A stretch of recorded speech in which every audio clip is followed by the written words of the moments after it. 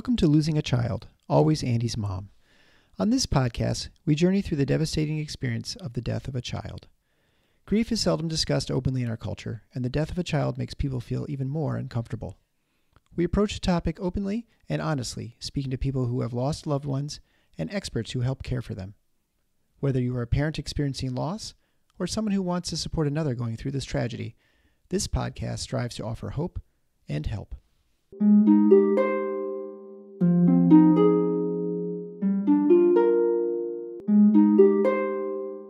Welcome to episode 188 of Losing a Child, Always Andy's Mom. I'm Marcy Larson, Andy's mom. And today I have with me my husband, Eric, Andy's dad. Hello. You may have heard me from the beginning of the show and the end, I suppose. Yep, that's Eric. So this is our episode that we talked about doing the last couple of months, actually. And this was Eric's idea. So if it goes great, we give him all the credit. If it goes terribly, I guess he gets all the blame as well. But this is the Ask Me Anything episode. So if you don't remember, or if you haven't been paying attention the last couple of months, we've been asking for you to submit questions. If you have questions for me, you submitted them to Eric. And if you had questions for Eric, you submitted them to me. Almost all of the questions came to me, actually. I don't know. I think they don't know very much about you, and everybody feels like they know everything about me or something. I think that's probably true, yes. I'm very mysterious. Yes, I think so. But actually, a lot of the questions that came to me are kind of for both of us. And so a lot of people said, I don't really know who to send this to because it's kind of for both of you. But here we go. So the first question is from Emma. And Emma writes, I have a question for Eric for your Ask Me Anything episode. How do you keep Andy with you personally and as a family as time moves on? And what things do you do to keep him present in your life? And just so you know, Eric has not heard any of these questions before, so he has to get some time to think about it too. I'm being ambushed. Yeah. But this is actually how I thought it should work, and so it should be more spontaneous. It's funny. I don't think there's anything I intentionally do to keep Andy present. He's just always present. And even when at all times, I think of him many times throughout the day when I'm in the shower, and I just get, just a little bit upset that he's not around for something, or I think about how I wish I could do something with him. There's nothing in specific that I do, like a ritual or anything like that I do that to keep him around, because I think it's just not a problem. There are times when I feel like, and I don't know, I mean, you probably feel this too, where you kind of feel that you've forgotten him, like you're laughing too much, or there's something, and then you feel like that you're not paying him proper, I guess you're not expressing the sadness you should have all the time. And so I definitely have that at times where I feel like, all right, I got to stop joking around at work or something like that, or I'll even feel like I'm too normal, and then just kind of like myself, which is, I don't usually feel all the time. So, in his family, I think we certainly struggled with that. I think we were probably more intentional about it initially the first few years, like birthdays and holidays and stuff. And now I think it's a little bit, I don't know, it's a little bit less of that, where I don't think we have as set plans as we did before. Well, and I think I'm like extra emotional this week because it's Andy's birthday in just 3 days. And it really just bothers me so much. And, I don't know who remembers. I don't know. I mean, we'll still get a birthday cake this week, but like we kind of always do. And I've just found myself just crying and crying this week because I just miss him so much. And finally, we are doing a few things too that I think this would be appropriate time to talk about. A few things that we're doing intentionally to try to remember him. So this year's the first year that we made the Andy Larson we have a scholarship in his name. What did we call it now? The teammate award. Sorry, I'm just so emotional. I just can't. But the Andy Larson Teammate Award. So this past week, we got the submissions for all the kids that were nominated for that. And that was, that was emotional to read those and to think about doing something kind of in his name like that. We finally, too, we've had the Andy Larson Memorial Concert. It's been supposed to happen since March of 2020. So everybody knows what happened in March of 2020, and the world's never been the same since that stupid pandemic. And finally, I think we're starting to maybe be in the early stages of really planning that and having that happen at the end of this year. It won't be till December, but, that's looking like it might happen now. I mean, there are a lot of things that we had wanted to do to remember him that because of the pandemic hasn't been able to happen, I think. Right? I mean, people donated money at the golf course where we go because Andy was on the junior kids golf team, and they donated money to plant a tree, and we've still not planted the tree. And that bothers me a lot. I go out to the golf course and I feel like, people donated money to plant a tree and we haven't even done it yet because, I don't know. It's just as time goes by and things don't happen. And yeah, and it's funny. I think about the trees when I go golfing, and I think to myself, all they do seem to be cutting down trees all the time. So that'd be even worse if you planted a tree and then they cut it down in the wrong place and they have to cut it down. One thing that's totally different between Marcy and me, obviously, is, and this is something that drove Andy crazy, is that I don't have as much problem with things coming up, as far as a vacation's coming up and people are like, how are you feeling? You excited to go on vacation 2 days? I'm like, I guess. Until it happens, it doesn't really, the lead up doesn't bother me or get me as excited as I should be. Yeah. Used to drive Andy crazy. Yeah. So, Valeriano, our last family vacation was a Make-A-Wish trip because our foster son Valeriano had a kidney transplant and he was finally really healthy. And so we could finally do his Make-A-Wish trip because you can't really do a Make-A-Wish trip when a kid's on dialysis. And so we went to the Florida Keys and it was a really cool trip, right? I mean, we got to take a limo to the airport.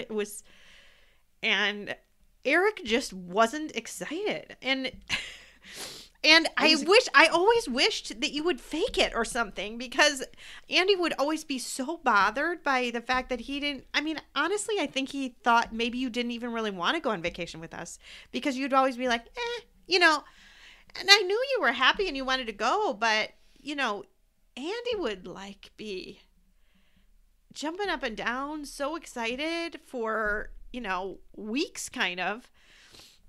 And yeah, and Eric would just be, So I think that means these anniversary dates and all this kind of stuff, it doesn't, you don't have the dread that I do. No, I don't have the lead up for the week before or day before even.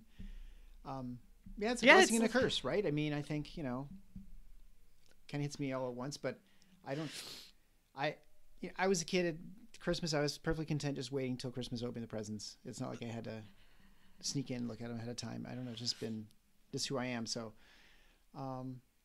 but it is a challenge, I think, as we grieve sometimes, because look at the difference right here.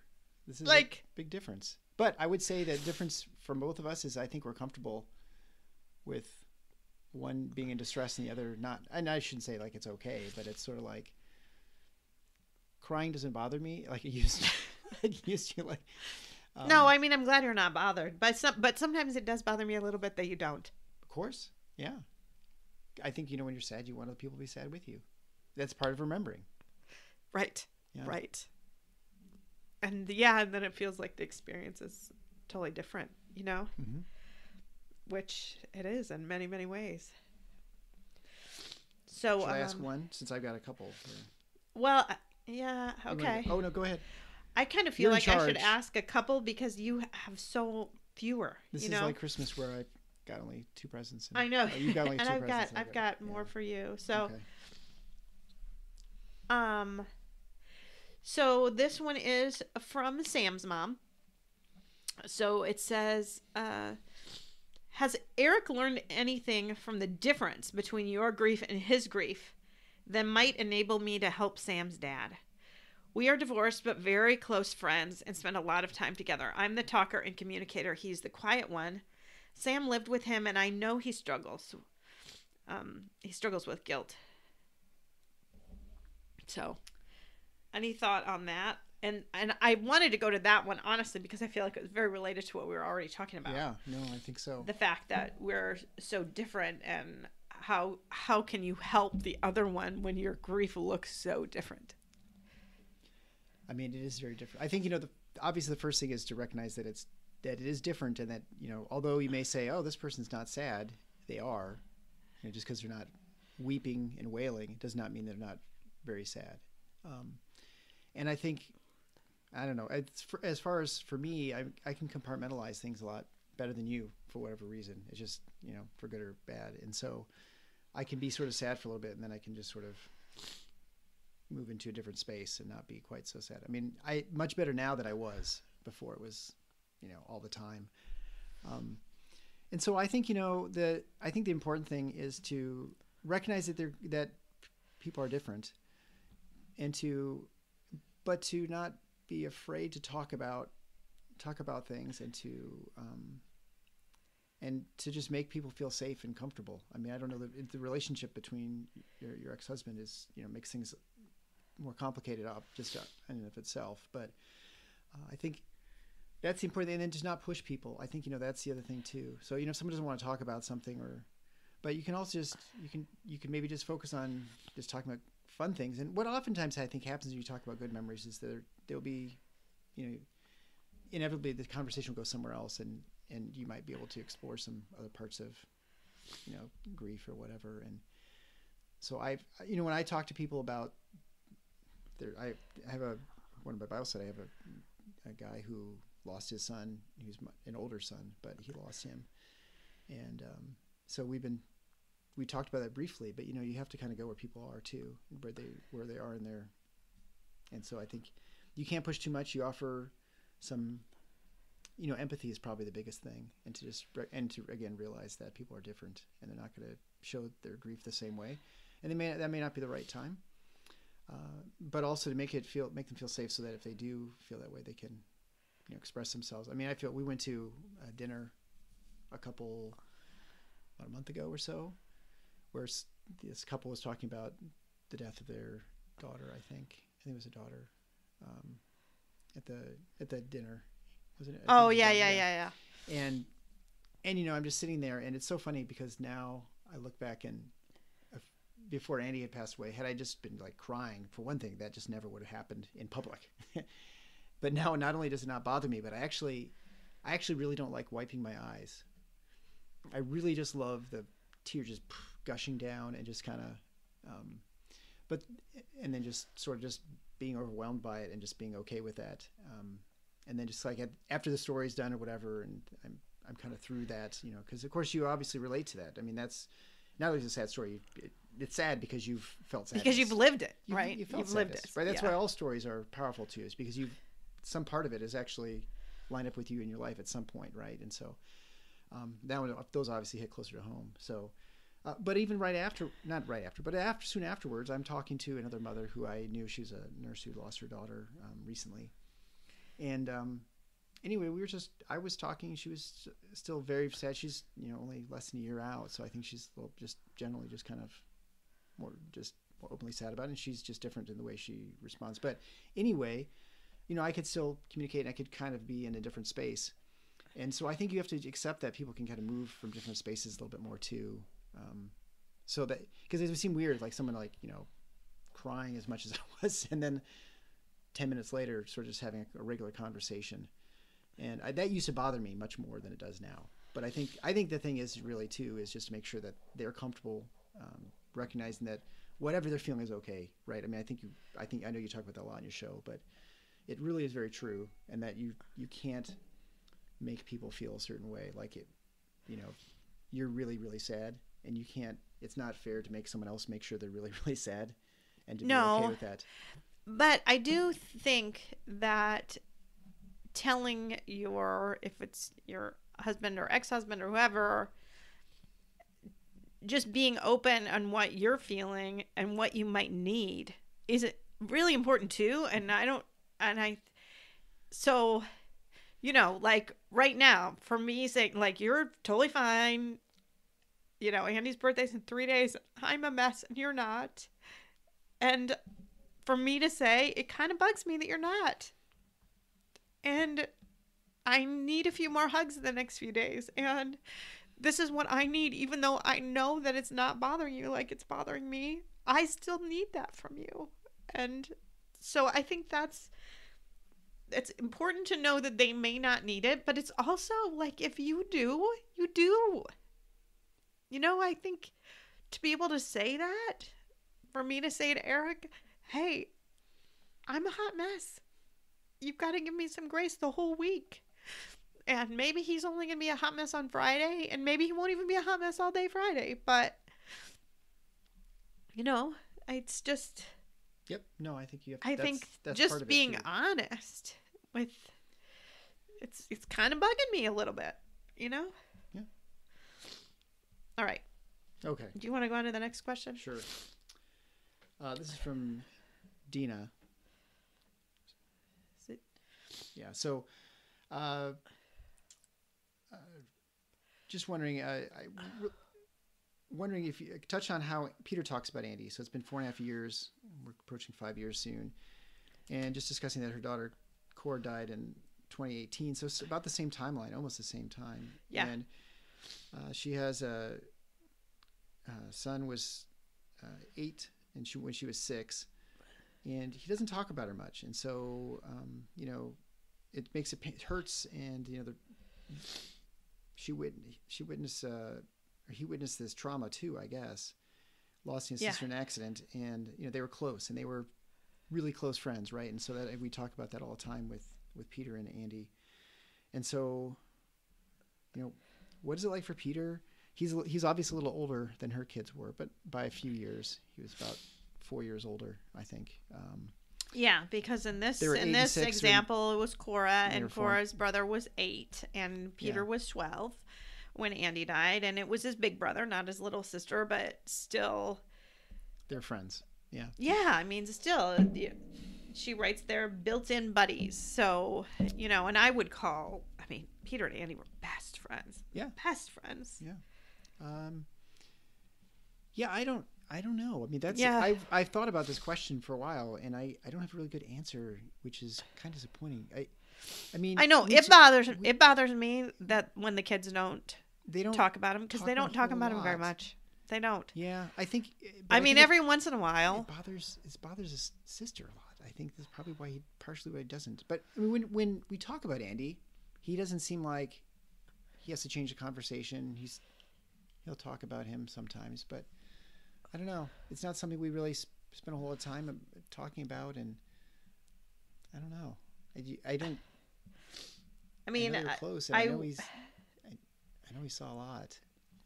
He did, and it's something I struggle with, whether we're doing things right and whether we should be somehow doing things differently, because it's so hard to know. He still does bring him up. He talks about him, but it's very much in a casual conversation that he'll be brought up. Andy would have done this, or Andy might have liked this or something. But it doesn't happen that often. It's just hard now, I think, because,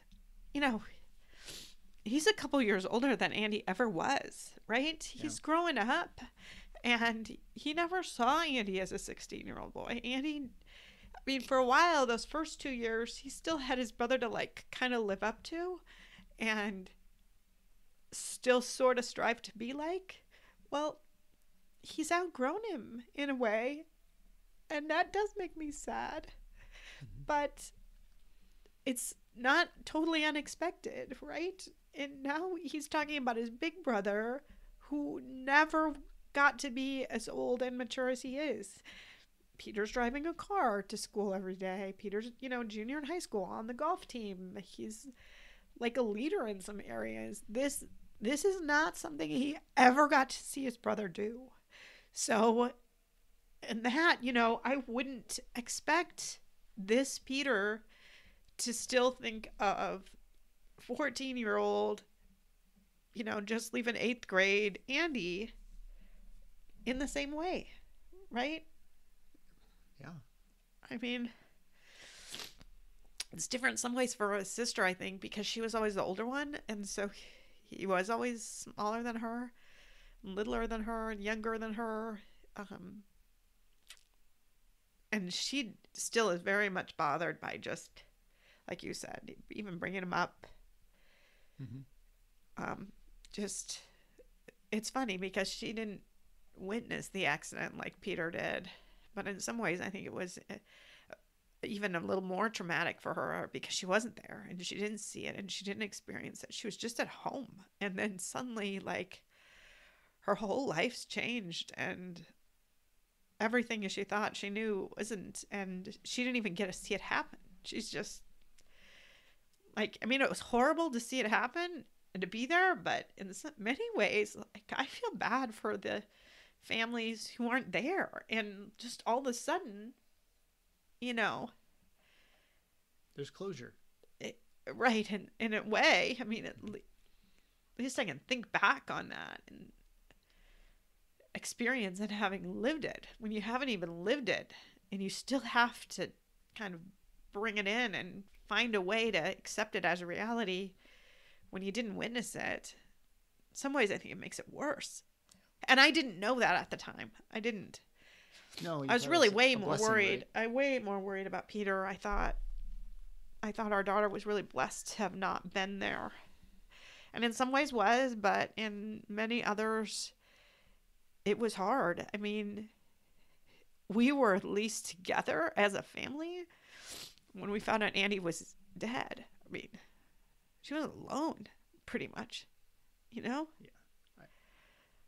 I think it's a reflection too of how people deal differently, and your kids are going to be different too, I imagine, either by their relationship or their sort of their personalities and sort of how they react to things. And so, I mean, this is the struggle, right? I mean, not only do you not know how you should deal with grief, you don't know how you should help your spouse, you don't know how to help your kids. I mean, I think, and they're all different, and I don't think there's probably a right answer for a lot of the things. That's my guess, because.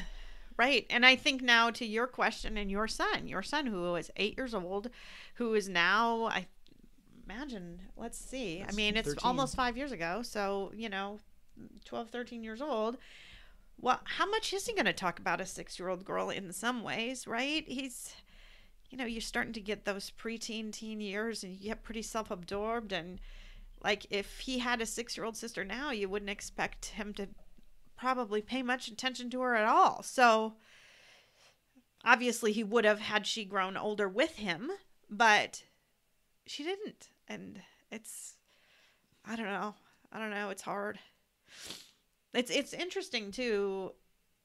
And because I just got an email today. This is definitely different than what I normally do, but I got an email today from a man whose wife had died and his teenage daughter wrote a book on her grief, and they were asking about being on the podcast, and I'm trying to think about it, but I think maybe I should, even though it's not a child and we're not talking, we're talking about a girl and her mom.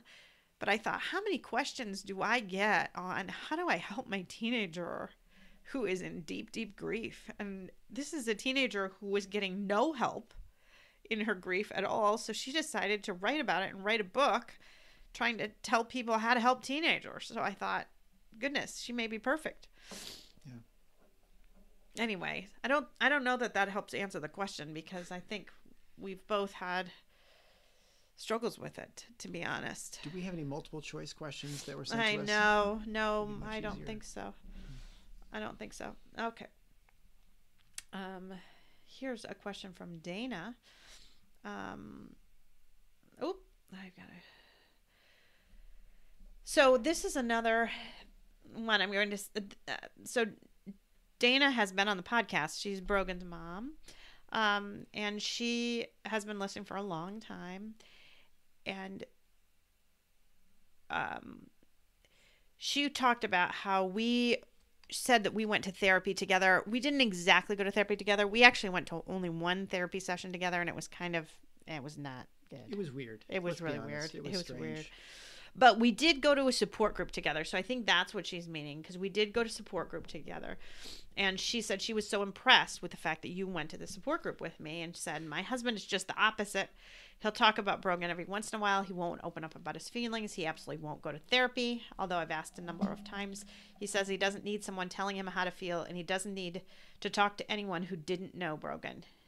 He gives me grief, for lack of a better word, about seeing my psychiatrist and taking antidepressants. He has the old man mentality. Don't talk about your problems, feelings. Don't need help. Therapy's a joke. So here's my loaded question, she said. 1, How do I change? how do I get him to open up? 2, how can I get him to seek help? 3, how can I help him? Go, Eric. So we'll assume at this point that you think he needs help, that he's bottling things up and he's not dealing with them. He's not really moving along. He's just kind of trying to push things aside and just kind of just drive through, which I totally get. I think that is That's the my assumption. hunch. I That's mean, my hunch. Now that could be also your impression. You don't know for sure, but you probably have some idea. So I'll be honest. If you had talked to me a few months before Andy passed away, there is no way I would ever go to anyone and talk about my feelings, or to go to therapy, or go to. I don't understand. I'm like, that's why you have friends, so you don't have to go pay someone to talk to. I don't understand. And so that was just my feeling. And when I started doing Bible study, actually, probably about 10 years ago, I was very uncomfortable in these small groups to talk about, give your answer. But then there are also other questions, like you have to apply to your life what what the reading or whatever. And so it was really hard for me to do those sorts of things. And then eventually I sort of realized at some point that in many ways, no one there really cares. I mean, they do, but I don't know them. Right. And so you can kind of get away with saying whatever you want. And so then when I was in the small group so we went to the therapist, and that was just weird. I don't know how to describe it, except that I think we just weren't the right fit.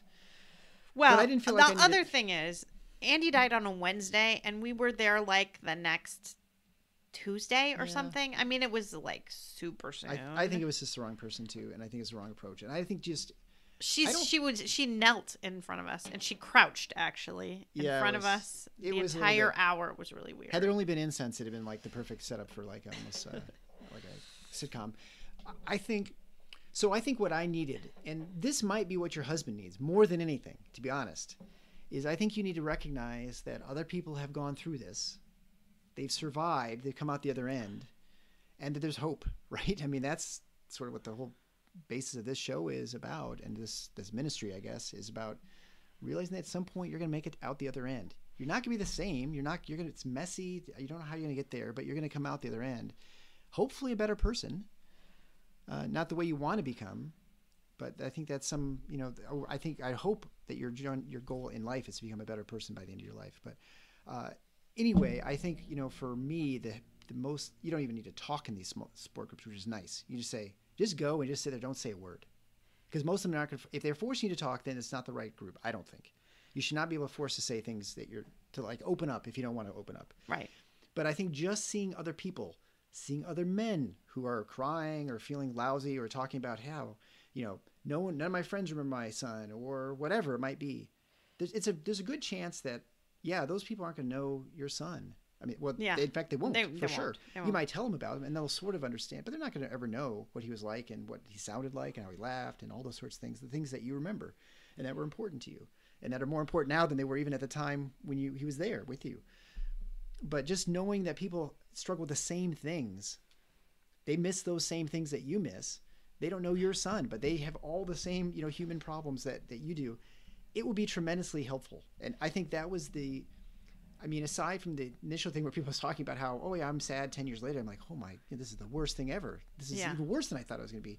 then you realize, well, they're sitting here talking to me, so they're probably going to survive. They obviously survived, and they're came out the other end. So I think that for me is the most useful thing. So it's actually just recognizing that other people have gone through it and can get through it. I think that would. So I think the way you sell it is say, come to me with a support group. And therapist is probably not the way, right? Because it's a small group, you're probably expected to talk, and that's probably not the right place. But if you go to like a semi-large support group, say, look, just sit down. I might talk, but you don't have to talk. You just sit there and listen, and make sure there are other men who he can sort of relate to in some way, and hopefully some of those men talk, or like one or two of them.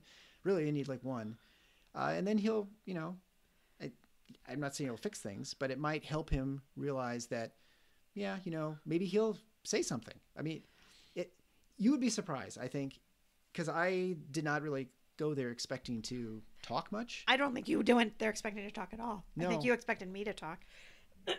She talks a lot. You talk more. I talk a lot, but not about those sorts of things. So no, but you expected me to, and then I couldn't. Yeah, you were pretty useless. You're helpless. No, I was. Yeah, I was. He did everything. Story. I had to do all the work. Yeah. Actually, no, I don't do that to like ambush him. But I say, well, I'm just not going to say anything. I'll just kind of leave him out to dry. But I don't know. That's part of marriage too. Like, you prop each other up when you can't do stuff. And so obviously you could do that then. So like, well, I guess I got to just tell the story. And maybe it's easier for me because I'm not quite as emotional about this stuff. I mean, obviously it was, but it wasn't, I was able to get through it, I suppose. So I don't know. I mean, that would be my suggestion. That support group's easier than therapists. And I think with men, and I men there too. Right. And you have to have other men there. The other thing is, when, we tried that therapist once, we stopped, we went to the support group instead. And you've never wanted to go to a therapist. Nope. Ever. But that being said, don't give away the secret. I know. Here's Eric's secret. Here's Eric's dirty little secret that he doesn't relate to people, is that one of his best friends is a social worker who specializes in PTSD and grief. He was in Afghanistan. He's a vet from Afghanistan. So he's really good at this, and he would call Eric up and ask him to go on a walk. And he would go on a walk with Eric, and I think it was really kind of therapy. But he didn't ever call it therapy, and Eric never called it therapy. He would just be like, I'm going on a walk with Ben, and I would be like, okay, he's getting his therapy, but he didn't know it was that. Clearly not every grieving dad has a man in their life who's a friend who's also a professional therapist. But, if you can find someone that feels more okay opening up to, gosh, that'd be great. I mean, for sure. I've had some people call, ask if they can have somebody talk to you, because you're a guy and you've been there, and maybe they can talk to you and open up a little bit. Just had one recently reach out again. Oh, so yeah. Well, I'm much more open than I used to be about that sort of stuff. And it's as I've been very blessed to have some friends who've been helpful, and I don't know that every guy has that. And so I think that's a problem. I think most men in general have pretty small social circles, and it's very, they're more defined by certain things. Like, this is a guy I go to golf with, but that's, I'm not out there I'm talking business maybe, but I'm not talking about other stuff. Now, when you're on the golf course, you get to know someone, you can eventually talk about other things, but they have to be comfortable with that too. And you never know if you're going to broach that subject, et cetera, et cetera. And so I had a friend who, that's what he does, but he's also not uncomfortable talking about those things. Like, he's comfortable talking about all kinds of things. And so for him, he's like, we could talk about the weather, but clearly that's not like on your mind. So let's just talk about whatever. And it was safe, and honestly, I was doing something, like sitting in a room, just like it becomes like it was much better task. Doing this on a walk. Yeah. Cause you're out you're walking, and I don't know, we didn't really just talk about Andy. We talked about all sorts of things. It's not just that, his business and other things too. So it's just like, but that was always a subject and a topic that was always there. Sometimes, how you doing? Okay. And we just talk about something else, and we still meet from time to time, but if you have someone helpful, but probably I think getting to a support group where he's comfortable talking about it, and then he's like, okay, the person is not going to run away Yeah. right? The other issue, of course, is there aren't a lot of parent support groups out there. I mean, we feel we're very blessed to have one here, but it's not that there is one everywhere either, that a guy can go to. It's but there might be ones too. Even honestly, if you even went to one where just a general grief one, we're talking about spouses. It's different. I get it. Yeah. But even that, recognize that the guys get sad and they have they lose their spouse or something like that. I don't know. That might be helpful too if that's your next option. I don't know. That'd be my suggestion if you can find that sort of thing. Yeah, if you can find a couple. You can always move to Grand Rapids and go to the support groups here, I guess. Because I think it definitely helps in person too. I think it'd be difficult to do online, but maybe it's possible. Yeah, yeah. You're gonna need to run the virtual one through me. What would you do if we did one together? What would you say? I have no idea. No clue. I'm totally putting him on the spot here because I've had some people ask, can men come to my support group that I do through Starlight? And the answer had always been sort of yes, but it's not the way it's been. The virtual group has always just been women, which is interesting because the group here in Grand Rapids is both, and it's not even more women than men. There are a lot of couples. There were some moms by themselves, and there were some dads by themselves. Yeah, it was about 60-40. I would say, I would say 60-40. I'm remembering one or two men that came by themselves and probably more like 4 or 5 women, and then the rest were couples. So, yeah, I think 60-40 is probably a pretty safe estimate. But it wasn't rare for men to go, and that's been sort of a sad thing about the virtual support group that we've had so far, and it's just been moms. I mean, there's something special about that too, but I don't feel like we're helping the dads very much in that. They probably would not feel comfortable in that group. No, they wouldn't feel comfortable in that group, huh? It's almost like you need a separate dads one. Yeah. Oh. I know. We'll see how many emails I get now asking Eric to run one. He already has 2 podcasts, He has just one now, pretty much. He's not doing his medical one so much anymore. He's doing one on Michigan State basketball. See, you've done one podcast. You need to get back up to doing another thing. Yeah. I mean, it's not really the podcast. It'd just be a support group. But if you could, talk to other dads, I don't know. Yeah. It's hard. If you actually had 10 people who signed up who wanted to do it, I probably could do it for a little bit. I have no idea how I do it. I don't think I'd be any good at it. But I mean, I am comfortable talking to people about death and grieving, I suppose. So I don't know. Maybe that's all you. I have no degree in it, so. I know, but it's I'm hard. An anesthesiologist. Everyone I take care of, they're sleeping. You just I don't put talk them to to them. sleep. I talk to them for just a few minutes and then they fall asleep. So. Yep. I got it. Okay. Do you have another one? That's a good question. Oh, yeah. So just from Stephanie, so this is for Marcy. Do you sometimes find it uncomfortable living with such a perfect man? That is not a question. Go ahead. You have another question? No. Do you have a question? No, I didn't get any. I was really disappointed. I thought you told me that you had 2. That was my second one. Was a fake one. Your second one was a fake one. I was. You are obviously an open book on the show. I know, which is that's a testament to who you are and how you, you're. I mean, to be that open on this for people like, yeah, I kind of know everything I need to know. I know. There's nothing they else. They kind of do. So I don't hide much here. I hide nothing, to be honest. Okay. Next question and last. Actually, she dodged the question too. But go ahead, Marcy. Yeah, I totally dodged that question. So, we have the last questions are from Sheila, and there are quite a few here, and I'm just going to read them all because they're all related. How do you stop asking why? Why my child? Why did he have to suffer? Why did he have to die? Why do so many bad people get to live? Why does my family have to suffer so much? I just keep going back to those questions, even though there are no answers. Well, I think you answered the question by saying there are no answers. I didn't answer. That's what she wrote. No, I know. But I'm answering the questions by saying there are no good answers. I struggle with this all the time. Like, why this happened to us? I mean, it's not fair. Why'd it happen to Andy? Why can't he be around and, he should be in college right now or, doing something else? drives you crazy. I mean, this is the thing I struggle, and I feel, when I go to, and I always mention Bible study, and it's not because I'm forced to address these sort of questions and problems in sort of life, and I think the thing that is hardest for me to handle is justice. I'm kind of a judgy person, I'm right? sorry, I'm laughing because he really it's is. totally true, and I do my best kind of to try and temper that. Yeah, and I'm pretty good at it, but sometimes it's very hard for me.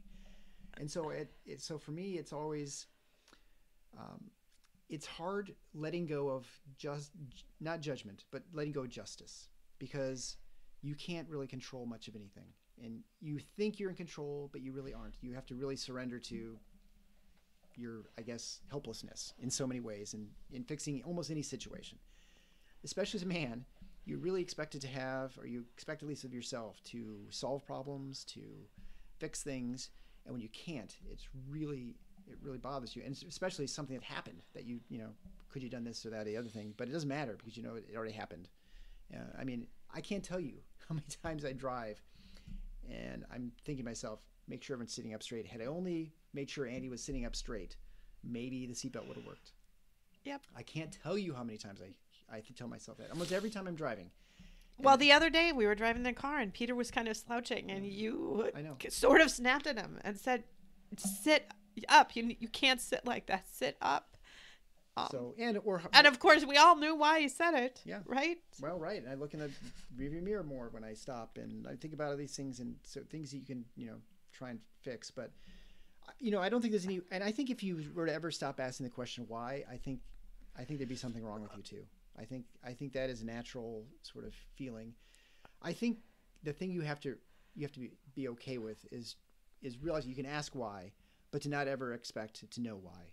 And I think that's the hard. It's hard, but I think, by your questions, that that's going to plague you forever. But you just have to be comfortable with that, whatever it is, and whatever the reasons these things happen. I mean, I'm not sure where your faith is, but I'm much more comfortable knowing that justice, whatever that should be, will be done. I know that I'm a very flawed person. I know that when it comes to, sinning or doing the wrong thing, I'm pretty lousy. And so it's very easy for me to pass judgment. And that's why, when the accident happened, I could easily see myself have done the same thing. Like, have I ever been distracted in the car driving? I could see that, and I can imagine how horrible it'd be and feel. And I feel terrible, even though I really didn't do anything wrong. Maybe I could have, watched out for someone behind me. Maybe I could have made sure Andy wasn't slumping the seat. There are things you can always imagine you could have done differently, but I can. But anyway, ultimately, I think you can't know why. You can't expect to know why. It's good that you ask why, but I think you have to, at some point, accept, however it's best for you to accept, is that you won't know, and that you just have to be okay with that. I don't know. I made this a very unsatisfying answer. Well, yeah, certainly it is unsatisfying, but like you said, there's no answer, and sometimes that's more deflating than others. I would say some days, like some days I could have read that question and not completely broken down in tears. Today is not one of those days, right? Today, the other problem is today right before this, I was at a baby shower. Yeah. I was at a baby shower. And of course, now we're days before Andy's birthday. And what do I think about? I think about baby Andy and what I was thinking about and my hopes and dreams and how I never thought in a million years that here I would be 19 years later, having to live this without him like this. It's just wrong. And that's the whole thing. When you ask those questions, the problem is it's wrong. Yep. And everything about it is wrong. And kids aren't supposed to die before their parents. That's it. That's wrong. And when you ask why for a question when you clearly know the answer is just that it's wrong, it makes it more difficult. Right. It's why you struggle with. I mean, you can tell yourself, well, eventually everyone leaves this world, you know, but it doesn't make it any easier. Doesn't make it. Why does it have to this in this order? I don't know. I mean, I wish this is the deep theological question, but I think ultimately, keep asking that question, keep trying to be better, keep trying to help others, and if you can help someone else's pain and recognize, that you can at least make some meaning of it, right? I think that's a lot of what we do with these scholarship funds and all this kind of stuff. And I know I listen to your show, and there are people write books and they set up funds to help kids with cancer and all sorts of really amazing things to sort of harness that grief you have and sort of channel it to something productive that's helpful to others, because you know what they're going through. And whether it's running a support group or whether it's just talking to a friend and telling them that, yeah, I've been there. I think that's really all we can do as people. And I think, is that a good reason why it happened? No, but No. But it's maybe, I mean, at least something. Maybe it is why in some ways, but it's not the only reason. I don't know. I mean, you can. Oh, why, but not the why, maybe. Yeah, it's just again, it's not satisfying answer. It's not one that I can know. You could never know that sort of thing. But I think I feel it, and I ask that a question all the time. Why does this have to happen? So stupid. I can't have Andy here to go do whatever XYZ. Can't go to vacation with us. He can't go. I can't. I want a trip to the Final Four. Yeah. I should have had 2 kids there, not with just one. Although he was in college, so we could have laughed at him because he got class instead of us going to. But those sorts of things. I mean, that sort of thing should. It's not right, and I don't have a good reason for why, except, like all of us, we just have to keep going, and it's. I want to get back to talk a little bit more about what Eric said, that, you want to try to find a little bit of purpose. And I recently had a guest on that was Locke's mom. And if you remember, she's got Locke's legacy. And the big thing that she said that really stuck with me is that now that the things that she's doing and the things that we're doing to try to honor Andy and remember Andy, and it's have to try to think of it as we are doing these things because Andy lived and not because Andy died. And that's a big difference, right? If you start to think like, oh, we're having this scholarship and we have this concert and we planted this tree and it's all because Andy died. Well, that's pretty somber kind of thinking and really makes you kind of feel even more sad. But if you now instead think of it as, well, we're doing all of this stuff to celebrate because Andy lived and to show people what a great kid he was, well, it's a little bit better. And it doesn't help with the why exactly, but I do like to think of it that way. Yeah, I mean, I think, we loved Andy. We did. Still do. We still do. I can't even say did. And the only way I can express my love him so much. Right, and the only way you can express your love to him now is by spreading that love to others by whatever way you can. And I think that's just, And if we can give some scholarship money so we help a kid, go to college, great. Yeah. I mean, we did that because Andy lived. So, I don't know. I unfortunately really don't have any other questions to go through, and you clearly don't. I can make up some fake ones, but I don't think. Yeah, I don't. They're about how perfect you are. You please don't. But I don't know. Do you have any other things you want to talk about? No, I'm struck by the guys who are having trouble, and I don't know. I just hope that people look for help, if you need it. I don't know. I think that's a real problem sometimes. That's why Starlight's been great, and I recommend people go here locally who need help. But yeah, I think the hardest thing is to try and force people to do things they don't want to do. You feel compelled, and also I think you usually get pulled in like, well, this worked for me, and so this will work for you, and yep. not. And I think that is for sure true. And Well, so and let's even go back to Starlight for an hesitate to give advice example. in some ways. We're going to go back to Starlight to that very first week. We went to Starlight. It was great for you, okay? To be honest, it was kind of torture for me. The whole time I kept screaming in my head, you don't belong here. You're not one of these people. Andy's fine. This is not you. I just desperately did not want to be one of those people whose child had died. And of course I was, it had happened 3 weeks ago before. So, I mean, that's why I was just still in such shock. I was in a huge amount of denial. The kids went, had a terrible time, both of them. Okay? It was not good for anybody. We left. We're in the car. We get home. Both kids said to me, I don't want to go back. And I said, and we're in the car on the way, and I'm thinking to myself, I don't want to go back. And Eric said, well, that was great. He actually said that was great. I don't know if you remember saying that was great, but it was it was so striking to me because for me at that moment, it was not great. And then the kids each came up to, I think we were all just sitting there. He said it was great. Nobody else said anything. We get in there. Each one of them said to me, I don't think I want to go back. I'm really not sure I want to go back. And I said, well, your dad thought it was great. So we're all going back. Jerk. And, week 2, we had to tell our stories, and I fled halfway through, didn't even make it through the whole session before I had to run out of the room. Left me by myself. Left him by himself. Mm-hmm. By week 3, though, I was really pretty involved. Peter, on the other hand, never really fit with his group.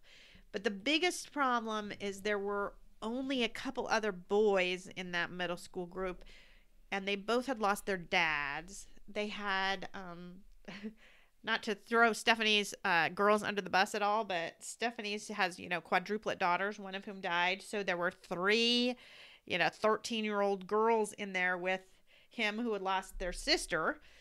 But, he's 12 years old. He's like scared of girls pretty much still. And there they were. And he just didn't feel like anybody could relate to what he was going through, right? That he lost his best friend, a brother. It just didn't work for him. My daughter ended up really getting a lot out of it in the high school group. Ended up the next session, she brought a friend whose mom had died. Because Starlight, it just to explain what it is they've got parent groups, they've got groups for losing your spouse, and then the kids groups are all intermixed. So they've lost siblings or a parent. So it's just by age, it's not by type of loss, because that would just be too much. If it got big enough, maybe. I mean, yeah, maybe if it got big enough, but it's just not big enough. Right. So anyway, they're more, I think it's still good because it's for their developmental age. But I just bring that back up because sometimes you do things that you feel like aren't the most comfortable for you just because it's helpful for somebody else.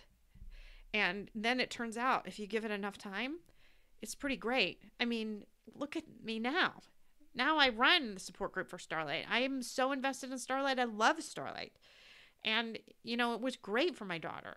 And I feel like in a different group, it actually would have been great for my son. And my son kept going to therapy and was with a therapist every single week. So we weren't feeling like he wasn't getting help. He was definitely getting help. And he was going to soccer during those times when the rest of us were going to support groups. So it wasn't, I mean, he got the help he needed. He just needed it more one-on-one and felt uncomfortable in a group. Yeah. You didn't want it one-on-one and felt way more comfortable in a group. So it does go back to what your personality is like and what's helpful to you. Sure. Yeah. I mean, boy, you make it sound like a weighted blanket. Like I didn't like it at all, and now I'm kind of like used to it, and it's kind of comfortable. Well, maybe. Yes, poor Eric has to sleep with a weighted blanket because I just not could not something sleep. I wanted, but you wanted it, and so I did because it was. Now I'm kind of like, yeah, it's not bad. Because I couldn't sleep after Andy died. I just couldn't sleep, and so they were suggesting I had suggested this weighted blanket, and poor Eric is under this huge weighted blanket and not happy about it at all. But you did it anyway, and now you're used to it. Right. It doesn't even really bother you. It's sometimes trying to get out of bed. I don't know why I think I need to get out of bed quickly, but apparently It always surprises me that I can't get out quickly because I'm like trying to move the covers and they weigh 30 pounds or something. But yeah, I don't have any parting thoughts except just to say that I think what you're doing here is great. I hope everyone finds value with this. I think obviously they do. They're listening to it, and what you've done is really amazing, and I'm really proud of you. And well, but again, that goes back to you pressuring me in some ways, and something that I didn't think I really wanted to do. I'm really not a very nice person. I'm really forcing you out of comfort zone. But I think that's good. I mean, it's really good that you forced me out of my